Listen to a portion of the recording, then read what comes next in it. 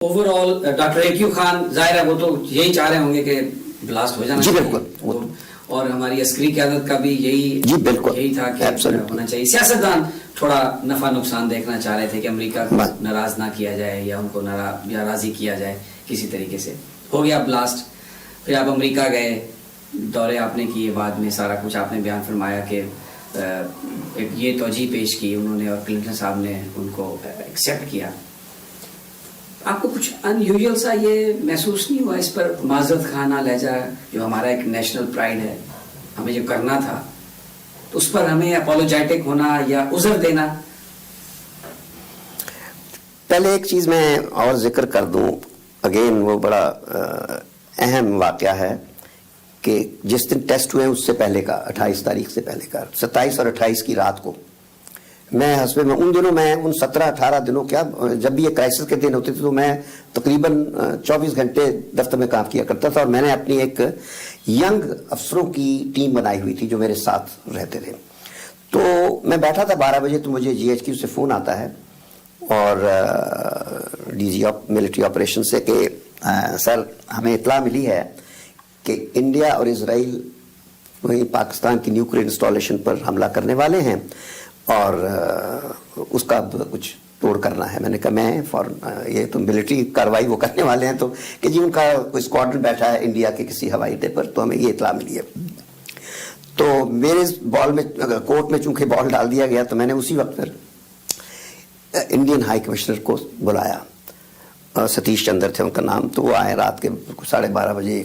تو میں نے کہا کہ ہائی کمشنر ہمیں یہ اطلاع ملی ہے, I hope it is not true, لیکن I want you to check with your government, اور بالفرض اگر یہ آپ کا جو اس قسم کا اقدام ہے مس ایڈونچر یہ درست بات ہے تو میں آپ کو ایک ابھی بتا دیتا ہوں کہ ہم تیار بیٹھے ہیں, اور آپ نے اگر کرنا ہے تو پھر کر لیجئے, then you should be ready for consequences of unimaginable magnitude. یہ میرے الفاظ تھے, یہ بلکہ میرے الفاظ جو ہیں یہ جتنی یہ ہماری ٹیکسٹ بکس ہیں ان میں درج ہیں آج. تو اس کو میں نے یہ کہہ کے بھیج دیا. اس کے بعد پھر میں نے چائنیز امبیسڈر کو بلایا. تو چائنیز امبیسڈر رات کے 1 بجے, اب بیچارہ وہ سلیپنگ سوٹ میں ہی آ گیا کیونکہ اس نے سوچا کوئی ایمرجنسی پڑ گئی, اسی طرح آ گیا جلدی سے. تو خیر اس کو میں نے کہا یہ واقعہ ہمارے پتہ چلا ہے, اور ابھی اسرائیلی پرائم منسٹر, اس وقت مجھے پتا تھا کہ he was in Beijing, he was visiting China. تو یہ چیزیں ایسی ہوتی ہیں نا کہ آپ کو ہر چیز پتا ہوتی ہے. یہ جو لوگ کہتے ہیں نا یہ ISI کیا کرتی ہے, یہ ISI یہ چیز کرتی ہے جو ہمارے فورن آفیسز منسٹریز میں یہ اہلیت نہیں ہوتی. تو ہمیں ہر چیز دنوں کو صبح ہمارا دن شروع ہوتا ہے تو دنیا بھر کی خبریں آ جاتی ہیں. تو مجھے پتا تھا کہ اسرائیل کا پرائم منسٹر وہاں پہنچا ہوا ہے. تو میں نے کہا کہ وہ بیٹھا ہے, اس سے آپ جگانا پڑے, جگا کے پتا کرے کہ یہ اس خبر میں کتنی صداقت ہے.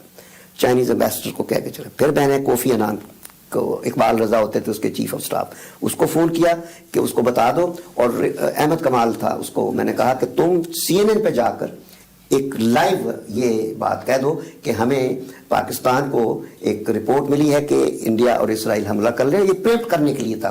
پھر میں نے امریکن امبیسڈر کو بلایا اور رشین امبیسڈر کو, میجر پارٹس کو بلا کے وہ دے دیا. صبح 5 بجے سے پہلے مجھے انڈین امبیسڈر نے جواب دے دیا کہ ایسی کوئی بات نہیں. چائنیز نے جواب دے دیا, اقبال رضا نے کہہ دیا کہ ہم نے چیک کر لیا ہے. امریکن نے کھوکھرتا ہوتا امبیسڈر, اس کی میٹنگ بات کروا دی اسرائیلی امبیسڈر سے واشنگٹن, جس نے اس کو کہا کہ سب غلط ہے. تو یعنی صبح 7 بجے تک ہر چیز کلیئر ہو گئی تھی. تو رات کو میں نے صرف فورن منسٹر کو تو جگا دیا تھا اور اس کو تھوڑی دیر کے لیے غور یوب تھے, مگر میں نے پرائم منسٹر کو جگانا مناسب نہیں سمجھا تھا. صبح پھر میں نے 7 بجے ان کو فون کر کے بتایا کہ رات کو یہ واقعہ ہو گیا تھا, کرائسس تھا, میں نے کرائسس مینیج کر لیا, اب میں 9 بجے آپ کو لینے آ رہا ہوں. میں نے جانا تھا پروگرام کے مطابق, ان کو لے کر میں نے نیشنل ڈیفنس کالج جانا تھا. وہاں ان کی ایک بہت بڑی میٹنگ تھی ینگ آرمی کے آفیسرز کے ساتھ جو کہ وہاں ہوئی, اور وہاں پر پھر اتنا جوش تھا کہ جی کیوں دیر ہو رہی ہے, ڈو اٹ ناؤ والی بات ہوئی. تو اس کے بعد یہ بھی انٹرسٹنگ چیز ہے کہ جب وہ میٹنگ ختم ہوتی ہے تو نواز شریف صاحب کو پسینے آئے ہوئے تھے اس وقت, اچھا. تو مطلب وہ سوچ رہے تھے کہ دیر ہو رہی ہے اور یہاں اتنا وہ ہے جوش کی مایوسی ہو رہی ہے لوگوں کی.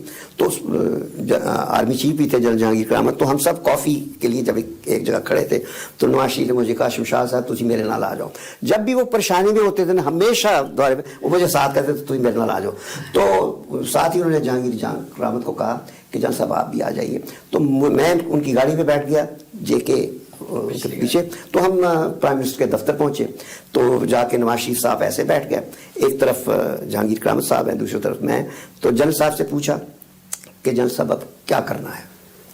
جنرل صاحب نے کہا کہ سر دس از یور ڈیسیژن اور سیاسی فیصلہ ہے, ہم تیار ہیں ہر چیز کے لیے, اب فیصلہ آپ نے کرنا ہے اور یہ آپ اوبیسلی آپ جو بھی فیصلہ کریں گے اس کے لیے ساری چیزیں آپ سوچ لیجئے پورا. کیونکہ اور یہ بات بالکل درست تھی. جب مجھ سے کہا شمشاد صاحب, میں نے کہا کہ سر جو لائف اور سروائیول کا لائف اور ڈیتھ کا مسئلہ ہوتا ہے, زندگی اور موت, اس کی کوئی قیمت نہیں ہوتی ہے. کیونکہ وہ کہا گیا تھا کہ اس کی قیمت آپ کو دینی پڑے گی. میں نے کہا کوئی قیمت نہیں ہوتی, بس میں نے نواز شریف نے کہا تھینک یو. تو شام کو 3 بجے 4 بجے دھماکے ہو گئے تھے. تو یہ ایک واقعہ ہو گیا. اس سے پہلے جب میں چائنا سے واپس آ رہا تھا جس دن, تو کراچی سے اس وقت جمبو جیٹ ہوتا تھا, تو میری اوپر سیٹ تھی اور سلمان اور جنرل ذوالفقار میرے ساتھ گئے تھے, جو یہ دونوں نیچے تھے اور ایک اور تھے تیسرا بندہ بھی تھا ہمارے ساتھ, وہ نیچے تھے. تو مجھے ایئر ہوسٹس نے ایک چٹ لا کے دی اور اس پہ مجھے لکھا تھا mister Shamshad you will be killed burnt alive beat and burnt alive. تو میں نے اس سے پوچھا لڑکی سے, میں نے کہا یہ کہتی آپ کے کسی ساتھی نے دیا ہے مجھے. تو میں نے اس کو کہا بلواؤ. تو سلمان آیا, کہتا ہے چٹ مجھے کوئی دے کے گیا تھا, میں نے تو پڑھی نہیں, اس نے صرف یہ کہا تھا کہ میرا میسج شمشاد صاحب کو دے دیجیے. اوبیسلی وہ میرا پرسنل میسج نہیں پڑھتا تھا. تو اس نے میں نے اس کو دکھایا. تو بس جب میں اسلام آباد واپس آیا تو وہاں بھی پتہ چلا کہ فارن آفس میں بھی کچھ کالز آئی ہیں فارن سیکرٹری کے دفتر میں کہ شمشاد کو کہہ دو کہ یہ اس سے پیچھے ہٹ جائے ورنہ ہم سے برا کوئی نہیں ہوگا. تو اس قسم کی دھمکیاں بھی چلتی رہی تھیں.